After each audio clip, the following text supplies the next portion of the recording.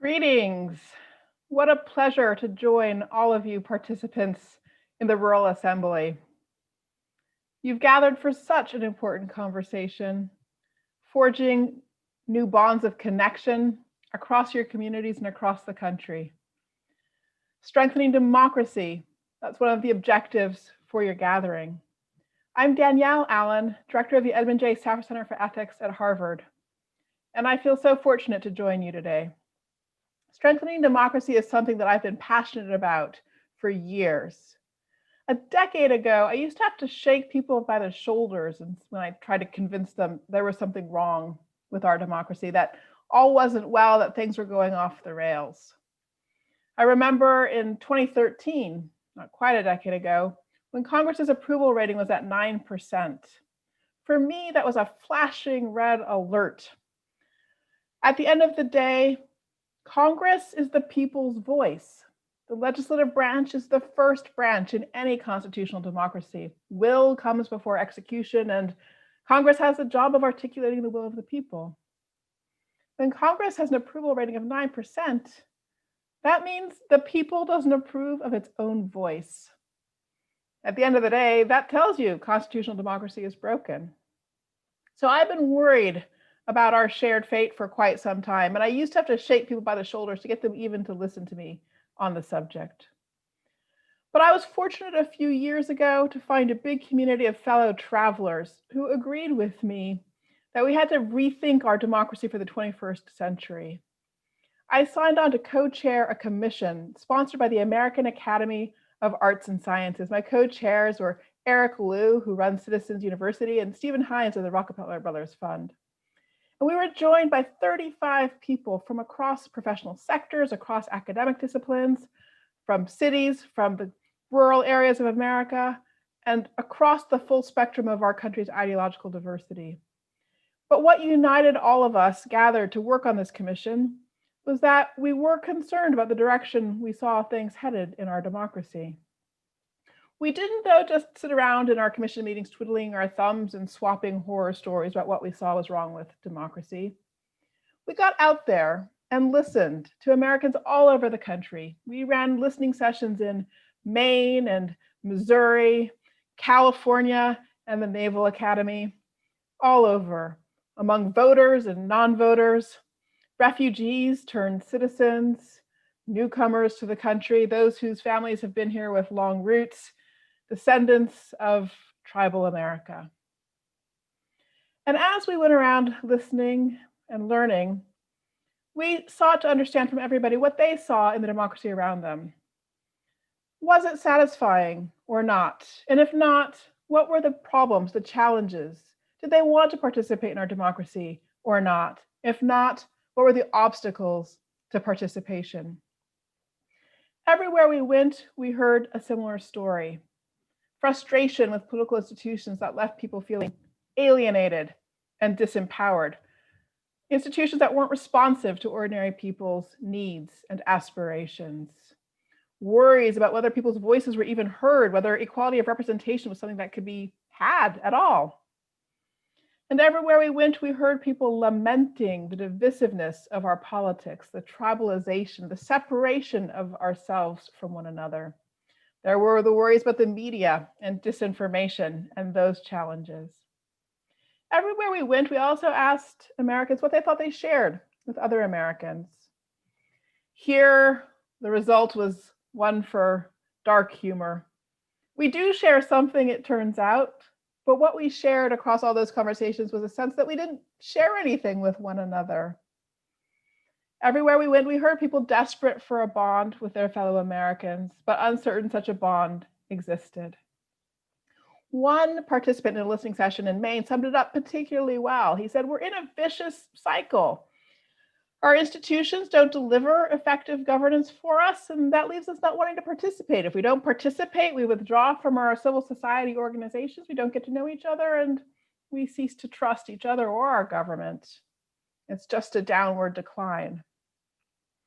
That, for us, was a moment of great inspiration on our commission. We realized that our job was to figure out how to flip the switch, flip us from a vicious cycle of institutions that leave us feeling disempowered and alienated, and civil society that segments us and fragments us, and lack of a sense of bond. We needed to replace that, flip the switch to a virtuous cycle where our institutions are worthy of our engagement, where our civil society organizations help us connect to our political institutions and to one another, and where we can rediscover a bond to each other. This idea that we need a virtuous cycle linking healthy institutions, a healthy civil society, and a healthy political culture was the conceptual contribution of our commission. We captured it in a report that we released in June called Our Common Purpose. You can find it if you Google American Academy of Arts and Sciences, Our Common Purpose.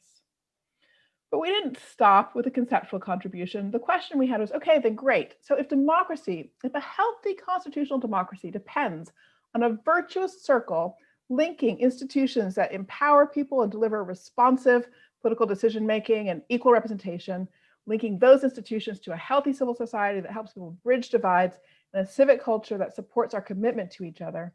If that's what a healthy democracy needs, how do we get it? It's not enough to say, sounds good, let's have a healthy democracy. We need a concrete action plan.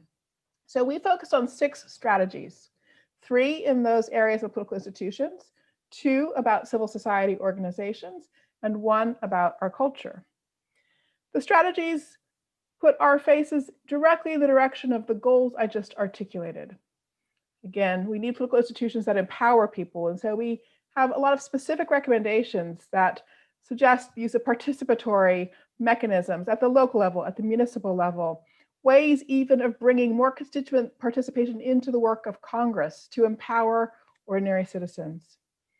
We wanted to pursue equal representation.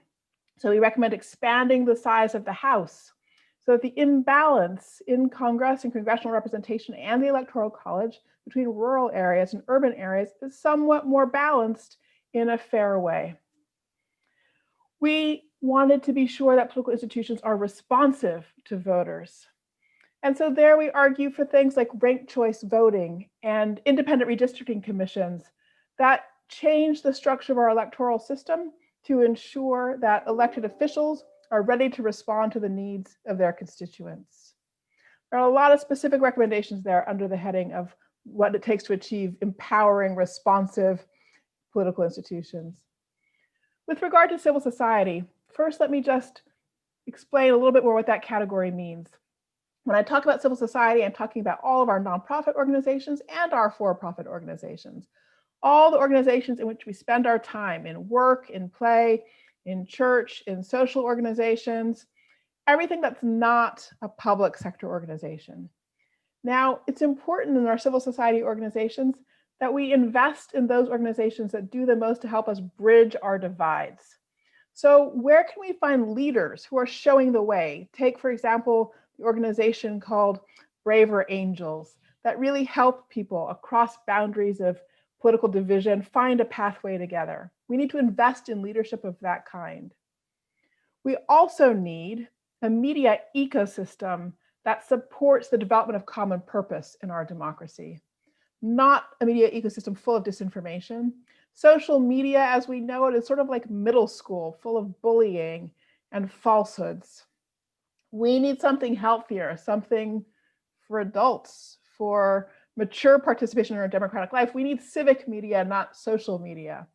A great example is to be found in Lexington, Kentucky, an organization called Civic Lex. Civic Lex is filling the news desert of local news in Lexington, Kentucky, using digital tools, yes, and technology for investigative journalism, explanatory journalism, tackling local issues. But in addition to using technology to deliver news to people, Civic Lex builds real-time in-person engagements. And there's an important principle that Civic Lex uses for these. For every engagement, they have the rule that there shouldn't be more than 7 members of the public, 7 constituents for every public official in the room, 7 to 1. In other words, the focus is on relationality. What kind of relationships do we have with each other when we consume the news together? In putting that principle together with the use of technology for news provision, Civic Lex is delivering civic media to us. media worth our attention and our engagement as we try to practice democratic citizenship. Now, our sixth strategy area is about our political culture, our civic culture. And this is actually the one I want to spend the most time talking with you about. The goal of this strategy area is to focus on rebuilding a sense of mutual commitment of Americans to one another and to American democracy. Now, that's a mouthful to say that our strategy is a goal of mutual commitment to one another and to constitutional democracy. Why not use a single word? Maybe we could say patriotism. Maybe we could say solidarity. Why did we end up with such a mouthful? This is where we get to the hardest part of our work and the part that calls the most upon us for civic courage. As we worked in our listening sessions and in numerous workshops over the course of 2 years, one of the things we wanted to do is to try to articulate some shared values, some things that Americans might broadly grab hold of. We thought that would be the hardest part of our work. In fact, it turned out to be ridiculously easy.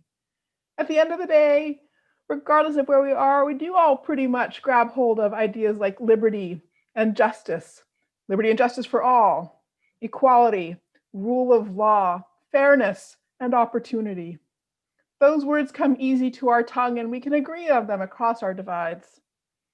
But there's one thing it turns out we have great difficulty agreeing on. This is the question of how we should name the bond that we have with one another in this great country. Is the bond we share with fellow citizens and residents one of patriotism or solidarity? The truth is, that question, those words could break our conversations and did repeatedly.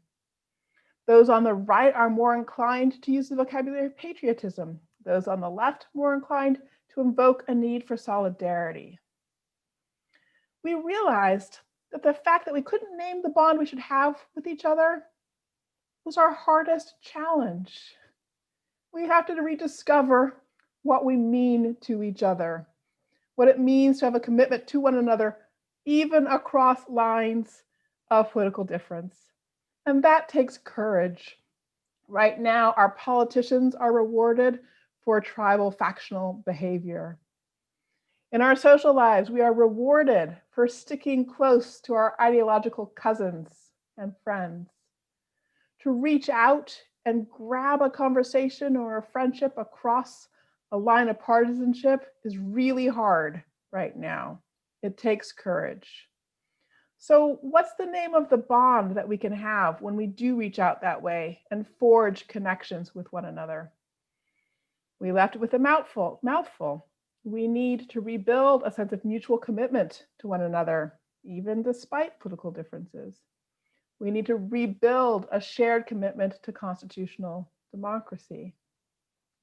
We did find one phrase that to some extent names this bond and that it was possible to use across the full breadth of our political spectrum. And that was love of country. Everywhere we went, all the conversations we had, we found people possessed by love of country. In different communities, in different places, in Maine, in Missouri, in California, at the Naval Academy, people had different specific things they loved, different parts of the geography, different communities, different experiences, different historical moments, yet all were possessed by love of country. And on the commission, as we worked, it came to be our belief that if we could tap into that love of country again, we could rediscover our commitment to one another. And at the end of the day, the health of any given constitutional democracy depends on the health of the people.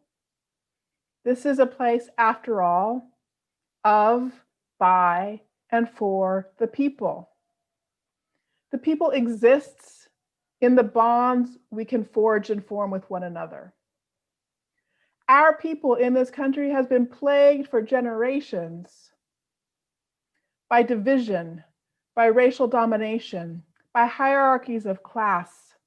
We have never been a perfect people.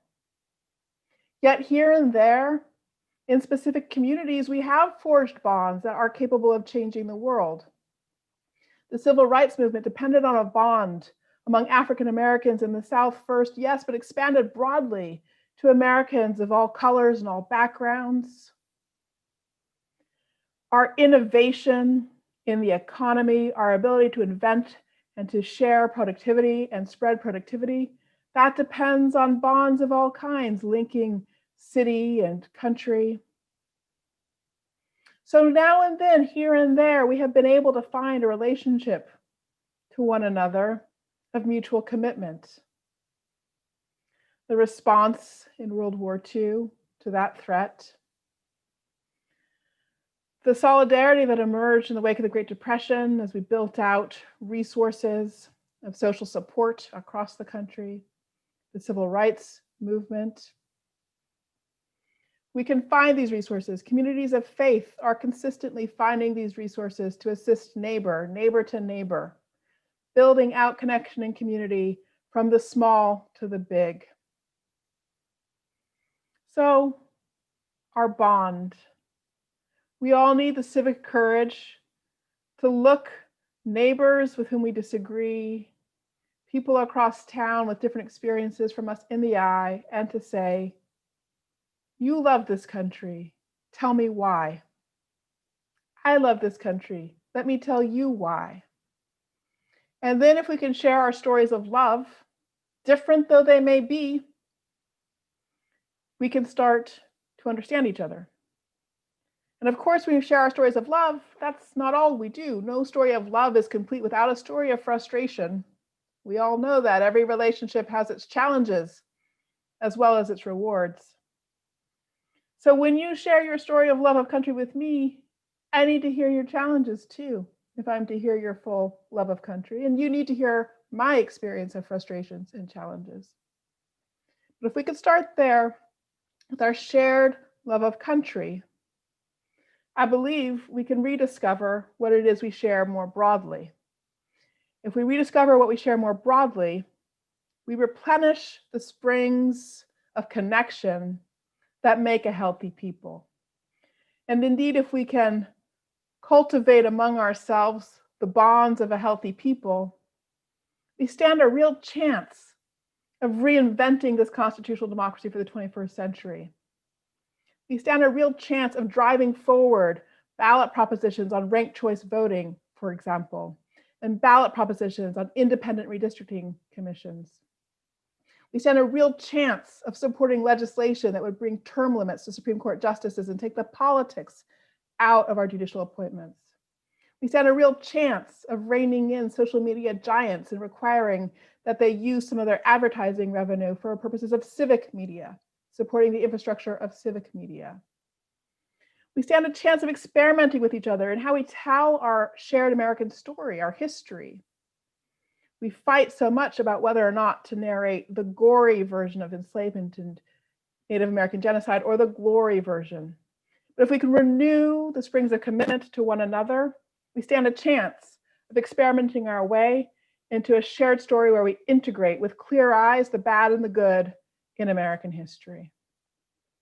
If we can do those things together, all of which spring from us, from our love of country and the courage to share that love of country with others, if we can do those things, we can achieve the virtuous cycle of a healthy democracy, where we have institutions worthy of our respect and participation, bonds with one another that make it possible for us to operate our institutions for good governance, and a civic culture where we know we share things, and in knowing that we share, can commit to shared sacrifice in times of crisis.